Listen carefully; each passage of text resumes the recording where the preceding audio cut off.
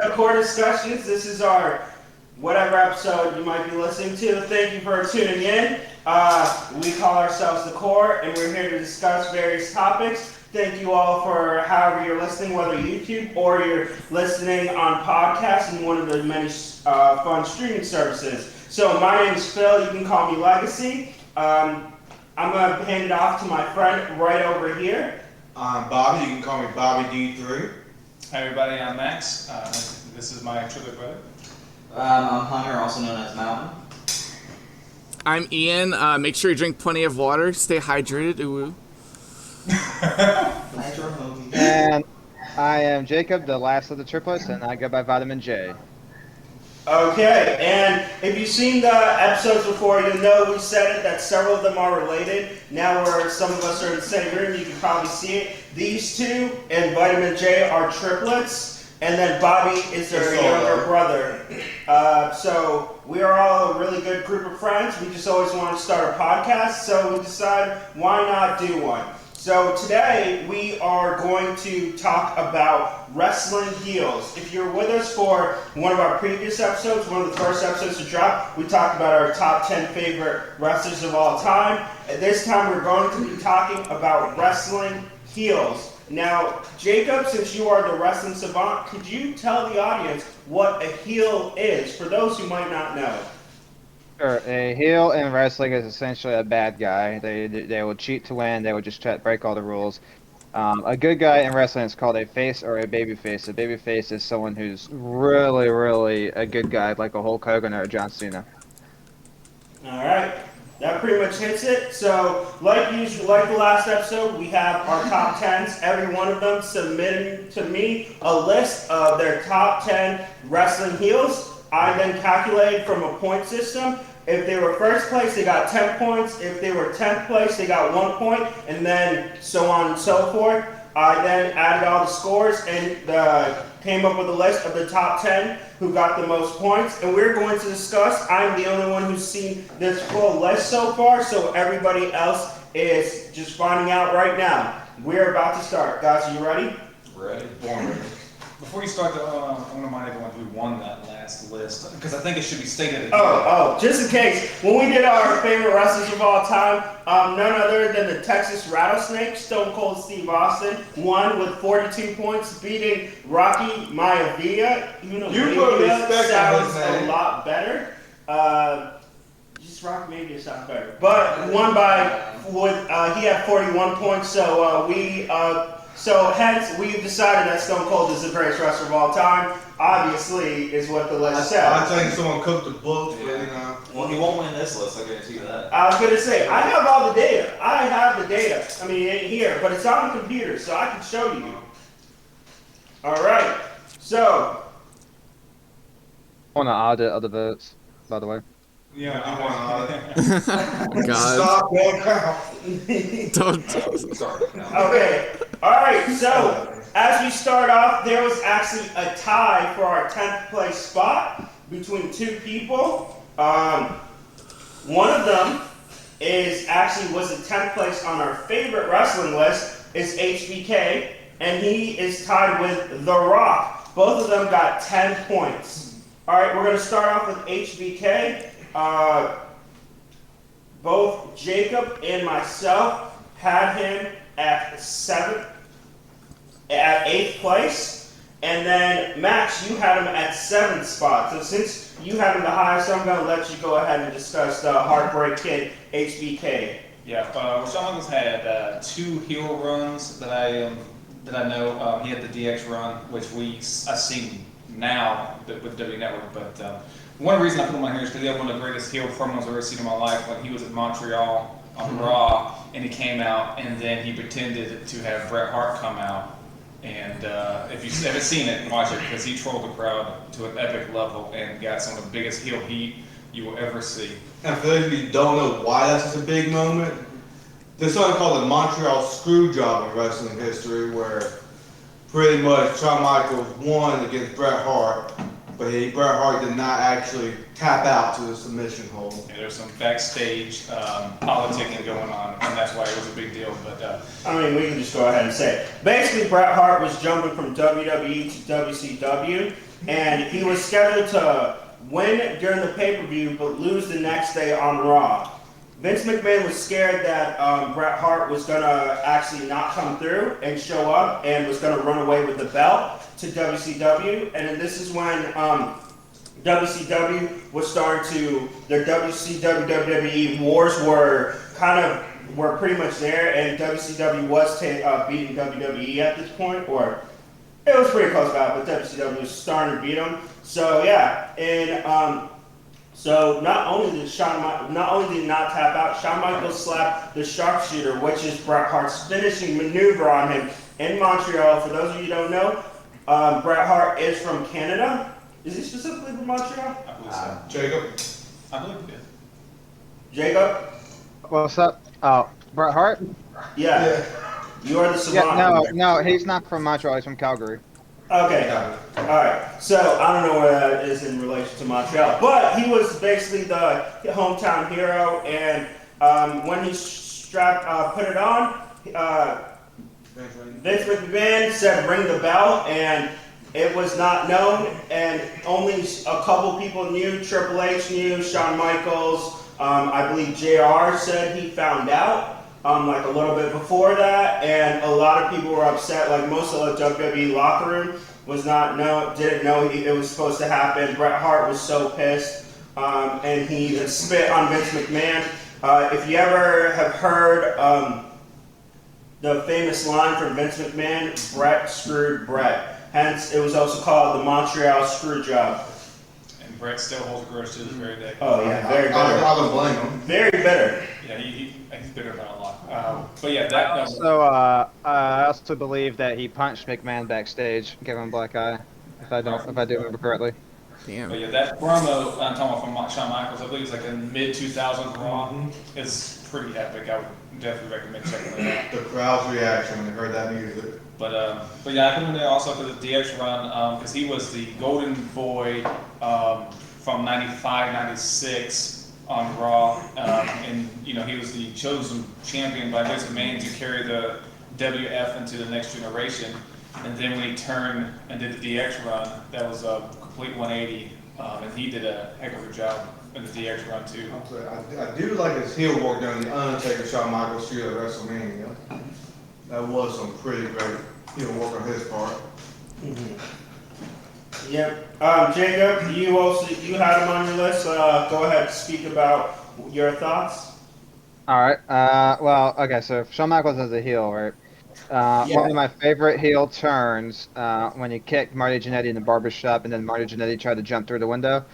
But no, that's one of the most memorable heel turns because they were a tag team for a very long time. And then he became the boy toy with Sherry Martel, and then that people really disliked Shawn Michaels at the time. His feud with Razor, and we haven't even talked about his DX run yet, like him and the whole feud with Sergeant Slaughter. Basically, the whole start of DX, it was crotch chops. Got every kid in trouble in the '90s. So Shawn Michaels is a great heel. I could be his heel turn on Hulk Hogan and his Yeah. epic promos with those, and then the overselling that we talked about last time in that match at SummerSlam. Who else started with Shawn Michaels? The Rock. So we can talk about the Rock's heel turn. I think Bobby is chomping at the bit for that. I forgot who it was. But no, first of all, he started out as Rocky Maivia, pretty much a big time baby face who was there trying to push. And then the crowd turned on him, they were saying, "Die, Rocky, die." And then when he became a heel, he joined the Nation of Domination with Farouk and D'Lo Brown. Mark Henry was he in it? Later on. Yeah. And he became a big time heel. That's really when he started the Rock persona. Started referring himself in the third person. Eventually overtaking Farouk as the leader. I think that's probably his best heel work than he was the corporate champion. I prefer his Nation run as a heel. Yeah, see, I disagree with his best heel work. I think his best heel work was Hollywood Rock. It was I good. agree. I know it was a very I agree. short run. I think it was maybe like 3 or 4 months, maybe a little longer. I don't know. But I mean, the promos he cut as Hollywood Rock, and that's short. I mean, it's still memorable today, and it was such a short run. I mean, it's that big of an impact. I It was mean, good. that's to me his best heel work. That's why we do the show. Disagree. We can't all agree. And Can we talk about his gift-worthy meme he had with the eye roll explanation? I mean, that's good, but that's But good. as Hollywood Rock, as I was talking about, his feud with Stone Cold leading up to Stone Cold's last match, The Rock did a lot of good heel work there. It made that match pretty big. It wasn't the main event, but it maybe should have. It's the most memorable match from that did. WrestleMania. He also had a feud with Goldberg as a Hollywood Rock. And in the mini feud with Hurricane. Yeah, that was such a classic. Yeah, that is like pretty underrated. His Hollywood Rock. Like nobody really talks about it. So like Hunter said it. Like I haven't ever heard really people talk about But you it. remember, even though it's Yeah, a short you time. do. Yeah. You do, which is a surprising thing. Because usually gimmicks like that, you're like, you know. Yeah. Yeah. Go Another ahead. thing about Hollywood Rock is that, so it was like 2003 when that happened, and The Rock was so over as a face before that it was, you didn't think that The Rock could be a heel again, but he was so good at it that he made the crowd boo him. And I With his think he turned concerts. heel in Toronto.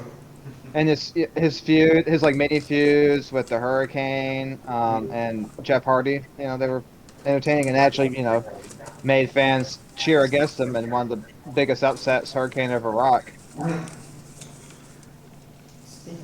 Also, I still choose Nation because that started The Rock and that just catapulted him to the Well, I mean, next if The Rock did not do that, his career would have been dead because he was floundering as a babyface at that time. Because I've rewatched the Raws at that point, and when he first came in, the crowd was not reacting whatsoever. Which is amazing. When you think of The Rock, you think of charismatic. You can't believe he could fail, but he was going to. Mhm. And just to give you guys a little bit of backstory, Rock also comes from, he's a third generation superstar, and also his dad and his granddad both were big time wrestlers, so they were kind of trying to, because they were mostly faces as well, so they were trying to capture that same magic with the same gimmick with The Rock. But it just was not working, which, hey, that happens, not all things work. And so turning him heel was one of their best moves ever. Still not as good as letting Stone Cold ever show up, but it's still good. He was the perfect foil to Stone Cold. He was. So. He was very good right there. I mean, and you look at, for those of what you follow wrestling now, like Roman Reigns and what they've done with him of after trying to push him, finally putting him as a heel, him with the tribal chief Doing and the head best of the one. table, like he's now having that ascension. I'm not saying he's going to ascend like Rock, but he's having that similar trajectory of like, now it's like, oh my gosh, he's a great heel, and people really like him. So it's been pretty good in that step. Okay, really good. And he aligned himself with Vince McMahon, which back then that was an instant way to have anybody not like you. Right. Mhm. I think we'll talk about him a little bit. Yeah, I'm sure he will make his name on the list. He might not. We don't know. Yeah, we'll find out too. We don't know. Well, who we got next? All right. So coming in at 8th place with 11 points, he was voted on by 2 people, myself and Bobby. Bobby had him at 6th. I had him at 5th. It is none other than probably one of the greatest managers on the mic, Paul Heyman. Now, I was doing wrestler then. so I enjoy Paul Heyman because, first of all, this man, when it comes to selling a star, this man can sell you a star. His stuff, though, again, not a big fan of Brock Lesnar, but the way he puts it when he's on the mic about Brock Lesnar, the Beast incarnate, even the whole elected God, he can sell you and really make you dislike a star. To me, that's why I put him on the list, because I feel some of why I feel, Brock Lesnar as a heel has heavily been helped because of his mic skills. And mind you, this guy doesn't ever get in the ring. All he does is sell stuff. He's been huge, and also Roman Reigns is head of the table stuff of him and acting as counsel to head of the table. And just the way, everything about his mannerisms, when he gets on the microphone and you let him just go at stuff, he's also not scared to say anything and will not hold back. There is a famous line when they had the Alliance versus WWF, where he says to Vince McMahon how your father would be, who had passed away at that time and originally owned like WWF and all, your father would be disappointed in you, and he like just gives it to Vince McMahon, just not holding back. I feel when this man can take any star, even he had a run with CM Punk, he can take any star. He could probably take Joe Schmo, or what was that guy? Yeah, Curtis Axel. I was gonna say, you can take Curtis Axel and he can just sell him as the greatest heel ever. Like, this guy's work on the mic, his mannerisms, how he sells them, the way he just like. So usually the announcer goes in and announces both. I remember during Brock Lesnar run, he would just grab the mic and be like, "Excuse me, I'm introducing this guy." So I think that was great. One of his best works I felt was Brock Lesnar Undertaker WrestleMania 30. When his promo right before that, I think was just like in the little compilation.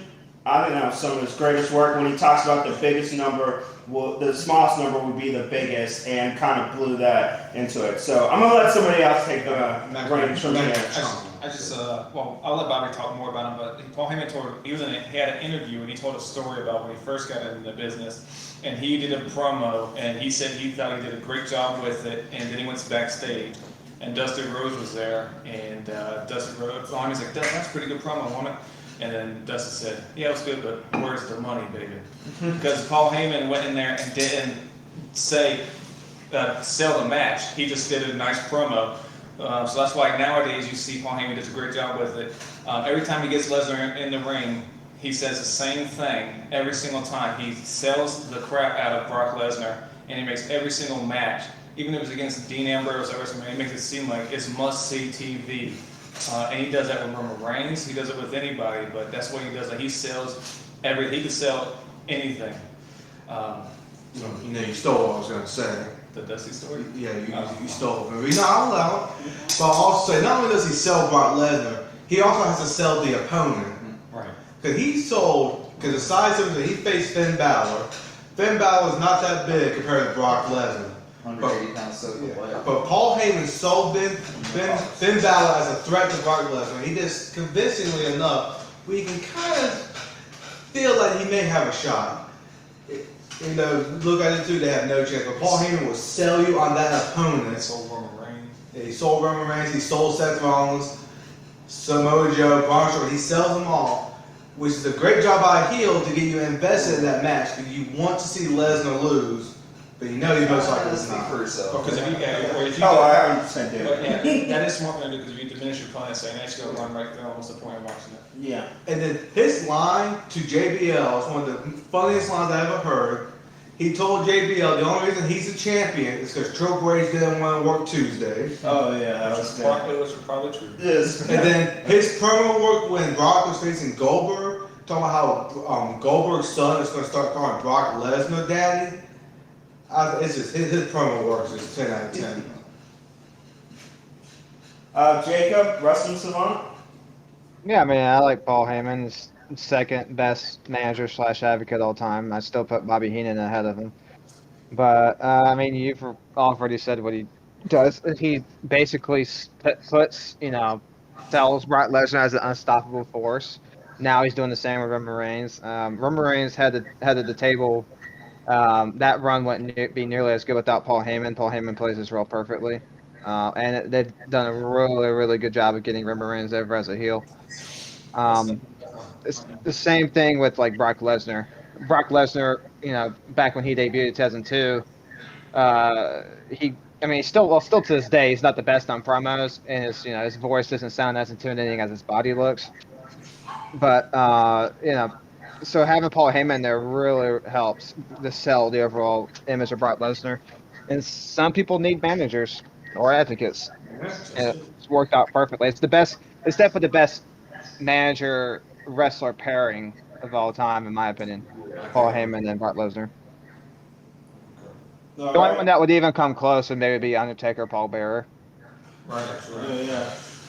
Paul Bearer. R.I.P. Another thing, you said Paul Heyman likes to really push the envelope. With CM Punk, remember when the feud with Undertaker, he came out dressed as Paul Bearer, and that was after Paul Bearer had passed. And he made fun of Jerry Lawler's heart attack. So Yep. he definitely pushed the envelope. Oh yeah, he knows to push the envelope.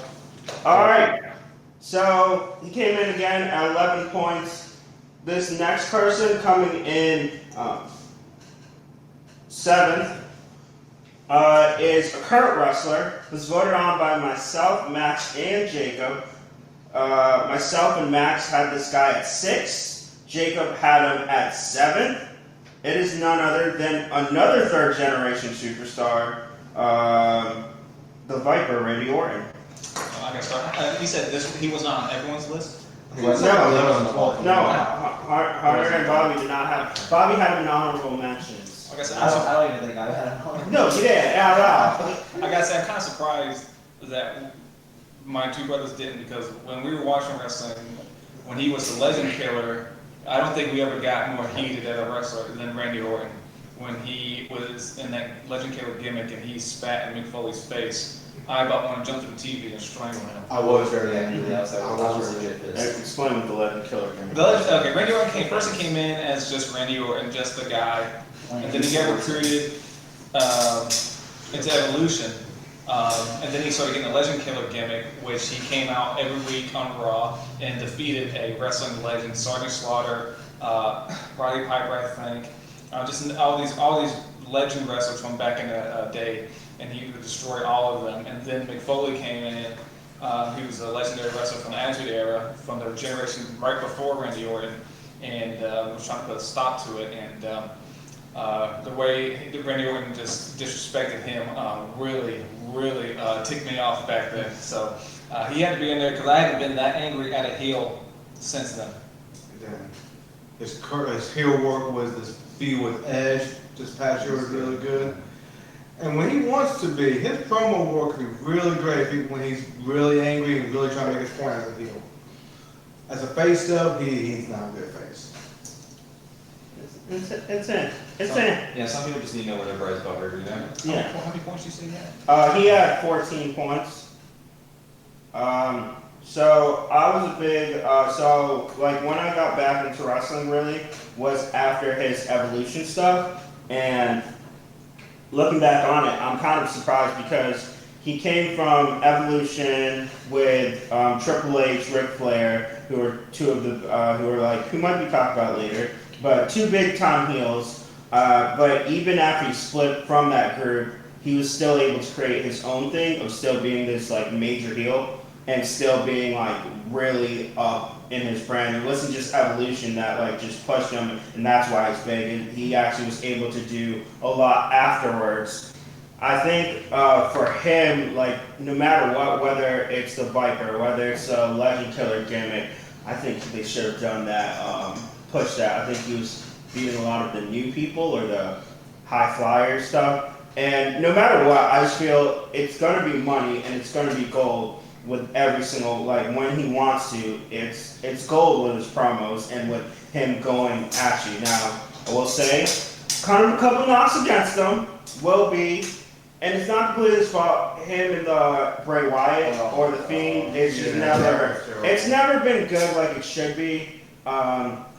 That kind of, I think I would blame that to WWE, but still, I just feel there should have been more. Because WrestleMania was like, we were expecting something, but it wasn't there. They screwed the poo jersey in the bottom. Yeah, I will give him a lot of credit because one of the first ones the one that really comes back to memory is him versus Undertaker Legend Killer gimmick when he lit the casket on fire. They had the several matches, like just the building up, and you know, I remember I was like really pulling for Undertaker. I was like, come on, man, you gotta beat this dude. But just kind of the way he gets you into it, and like I said before, there's two things. You either need to make me love you or make me hate you. If I feel indifferent of you, you're wasting. It's like it's nothing. Then you're just wasting time. And he really made me really pull against him in those gimmicks when he faced them, or even him with Hulk Hogan going into him versus Hulk Hogan, part of the Legend Killer gimmick. Still was pretty good. So I've always enjoyed him. Him versus Cena has been another one that I've enjoyed. Well, yeah. every single time they went against each. I was gonna say, but he's done really well. One of the youngest to ever win the belt, which is also quite an impressive feat. And how they kept changing him because they did want to make him a face, but it just didn't work. Like with Rock, it didn't work. It doesn't work with everybody. And that's fine. Some people are just meant to be heels. It's like in acting. Some people are a Mark Strong. They're meant to be a bad guy. That's their bread and butter. Anybody else got anything? Let me jump in. One good thing I like about Randy Orton's heel work is he's kind of an old school heel where I'm a bad guy, I'm gonna do bad things. Not like nowadays where it's like guy's supposed to be heel, but he kind of is a fan favorite. Randy Orton kind of plays it where I'm a bad guy, you're gonna boo me, and that's the way it's gonna be. And I will say, he has the most devastating finisher as a heel, that punt kick. It's the perfect heel finishing move. And they had to ban it for a while because people were legit getting hurt by it.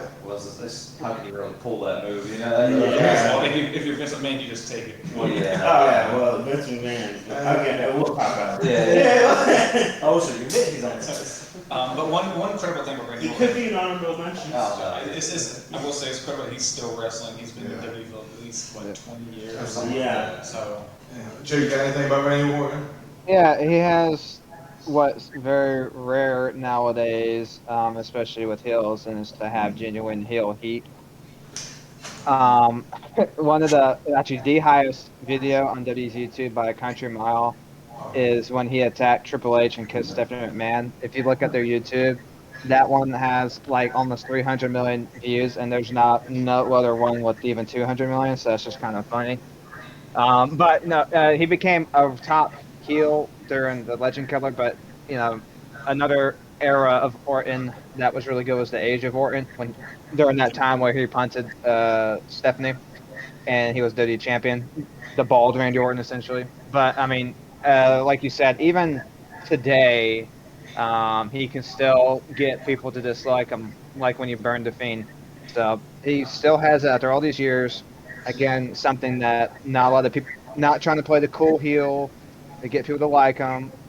He has genuine heel heat. One of the few people that still have it. One of the only ones I can think of, like right now, would probably be like a Baron Corbin. But people genuinely want and boo him. The only time, like you'll see them when Randy Orton's a heel, you'll see them chant for him is basically when he does the RKO, because everybody wants to see the RKO. Oh yeah, RKO out of nowhere. One of the greatest finishers. We may do that list, and I'm sure we'll talk about RKO. Yeah. I'm sure that would be top 5 easy. I mean, he even got me not to like him right now, like teaming up with Matt Riddle. I mean, come on, His heel work last year before WWE shut down and did the Thunderdome era, one of the biggest crowd reactions of his heel run in 2020 was when he RKO'd Beth Phoenix. Oh yeah. So he even then in his Edge feud, people were going to cheer Edge anyway, but he really made people like Edge. You gotta get this guy. Yeah. Yeah. Okay. I mean, it's like no matter how much people cheer him as a face, he can instantly turn heel by doing something like that and instantly getting people to boo him. So, I don't know if you'll see a heel like Randy Orton after he's done anymore. Oh, No. Great job, Legend Killer. All right. So now to 6 on the list. Edge, Randy Orton by 1 point. Max and Bobby, you are the only 2 that had him. This guy was mentioned a little bit earlier. Max, you had him at 3rd. Bobby, you had him at 4th. Bobby the Brain. Wait, y'all didn't put Bobby the Brain? Jim, you haven't mentioned that Bobby the Brain. I did wrestlers, so, but. Well, I feel like no one on my list has been on here so far. Well, I'm not shocked. that was Yeah. Yep, you're correct. No, you had Rock. You had the Rock. Yeah, I said besides The Rock. That was it. Hey, it's like Max last time. I'm just saying. How many points? So he had 15 points. I was saying, if you were back in the 80s and all that, if you were associated with Bobby the Brain Heenan, you were going up and up. You were associated with Andre, Mr. Perfect, so many other wrestlers. And if you were associated with him, you were getting some spotlight on him.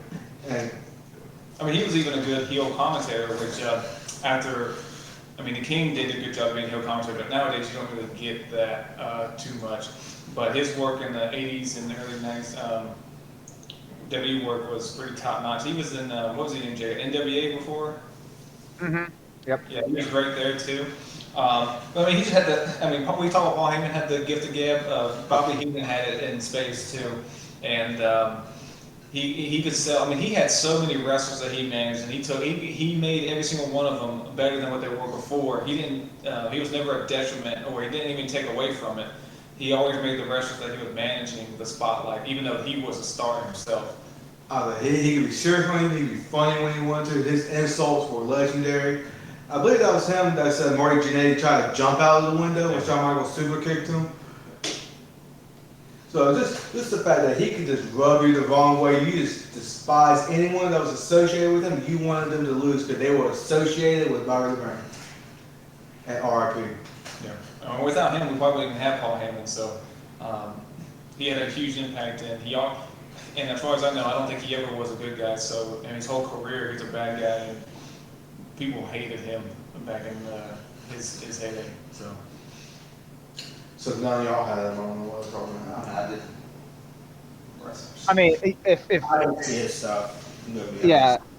I mean, if we had did managers, he would definitely, obviously, be number one in my book. And during the Andre the Giant Hulk Hogan feud, he did help elevate that somewhat. Because again, Andre being associated with him, and Andre being a good guy beforehand, really helped turn that heel turn. And Andre needs someone to talk for him. So Yeah, Andre definitely has someone to talk for him. And just to clarify, I think I'm wrong. It was the AWA, not NWA, just so no one fact checks me. Back in the day, all these wrestling companies with different territories, it's hard to keep yeah, track. there's a lot of territory before WWE. Yeah, and wrestlers will go to different ones. It's hard to keep up. And he's called the Brain for a reason.